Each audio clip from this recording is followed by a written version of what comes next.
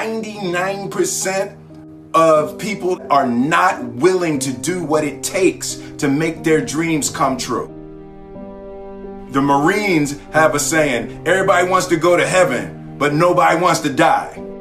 The center of bringing any dream into fruition is self-discipline. You know, something as simple as food and eating. It's not about your body as much as it is about your mind. It's getting command of your mind to be able to choose actions that are in your own best interest.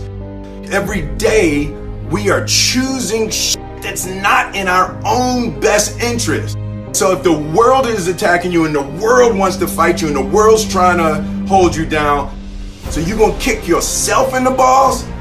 So you're gonna stop yourself from getting what you dream.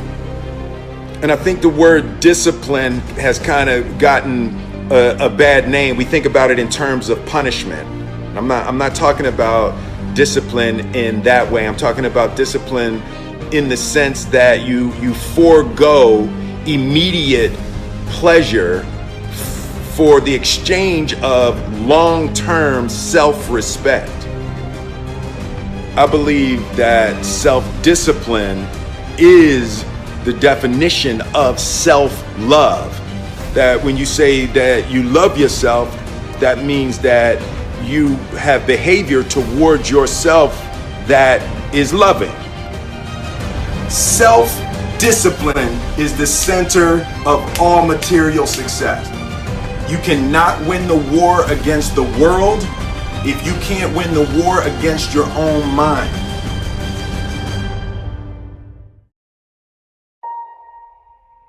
Self-love is when you say to yourself, man, look, I know you and that girl got a real connection. I know y'all vibe, but that's your girl's cousin. So I love you too much to let you do that. It's like you say to yourself, hey man, look, I know you want to eat that pizza and it'll be really good, you know, but I can't let you eat that, man, because if you eat that pizza, you're going to feel like shit, you know, and I love you too much to let you eat that. Self-love is, hey, look, I know you got a test on Monday, you know, and I know you really want to go out with your friends. It's Saturday night, you want to go out, but if you fail that test, you're not going to feel good about yourself. You know, I love you too much to let you go out tonight. Self-discipline is self-love. If you want to be happy, you have to love yourself, which means you have to discipline your behavior. The road to sustained happiness is through disciplining your behavior. We tend to base our self-esteem on what other people think. And that's not really self-esteem. Self-esteem is supposed to be how we feel about ourselves. And I was just saying how dangerous it is to allow other people to determine how you're going to feel about you. And it's kind of like looking into a broken mirror. You're going to look in a broken mirror and then change your face to try to look good in this defiled, busted, broken mirror. And it just, other people's opinions is a really way to determine how we feel about ourselves.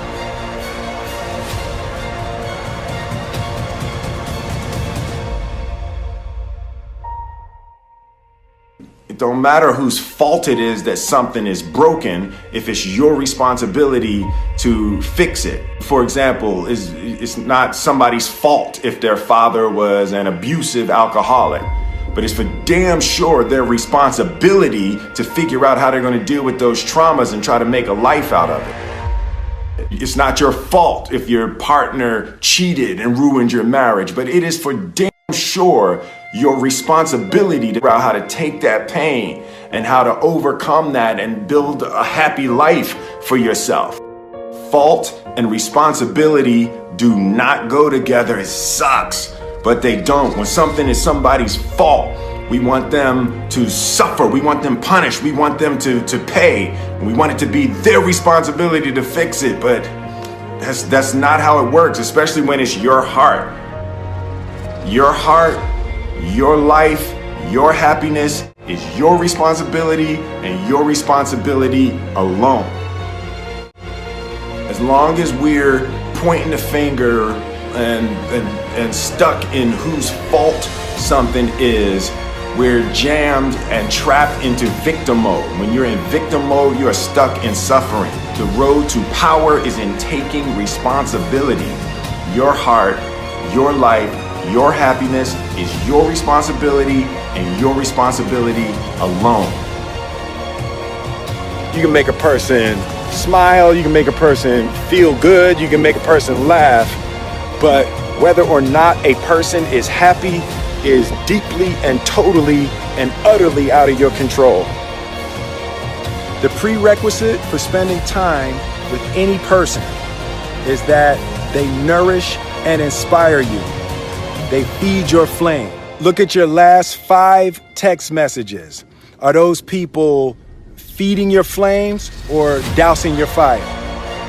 Put your phone down for just a second and look around. Look to the people around you. Are those people throwing logs on your fire or are they pissing on it?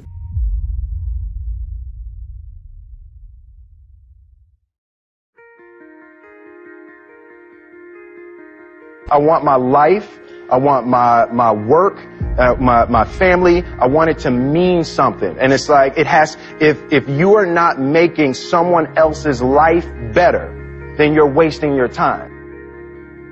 The separation of talent and skill is one of the greatest misunderstood concepts for people who are trying to excel, who have dreams, that want to do things. Talent you have naturally. Skill is only developed by hours and hours and hours of beating on your craft. You don't try to build a wall. You don't set out to build a wall.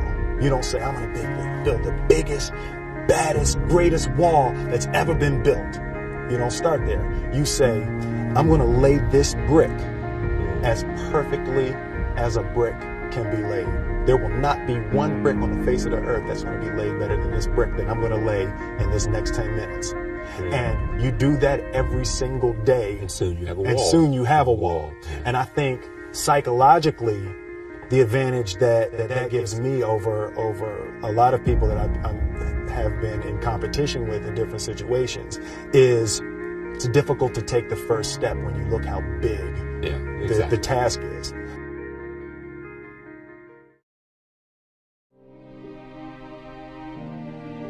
The definition of who I am is very clear to me, and it also redefines who I want to be. In that I know for a fact that I'm stronger than I thought I was. You know, you can't help but ask yourself the question, what would I do if I was in Muhammad Ali's shoes? I'm motivated by fear. I hate being scared to do something. And I think what developed in my early days was the attitude that I started attacking things that I was scared of. Why were you scared in your bed the night before? What do you need that fear for? Just don't go. Why are you scared in your bed 16 hours before you jump? Why are you scared in the car? Why could you not enjoy breakfast? Fear is fear of what? You're nowhere even near the airplane. Everything up to the stepping out, there's actually no reason to be scared. It only just ruins your day. You don't have to jump. And then in that moment, all of a sudden, where you should be terrified is the most blissful experience of your life. And God placed the best things in life on the other side of terror.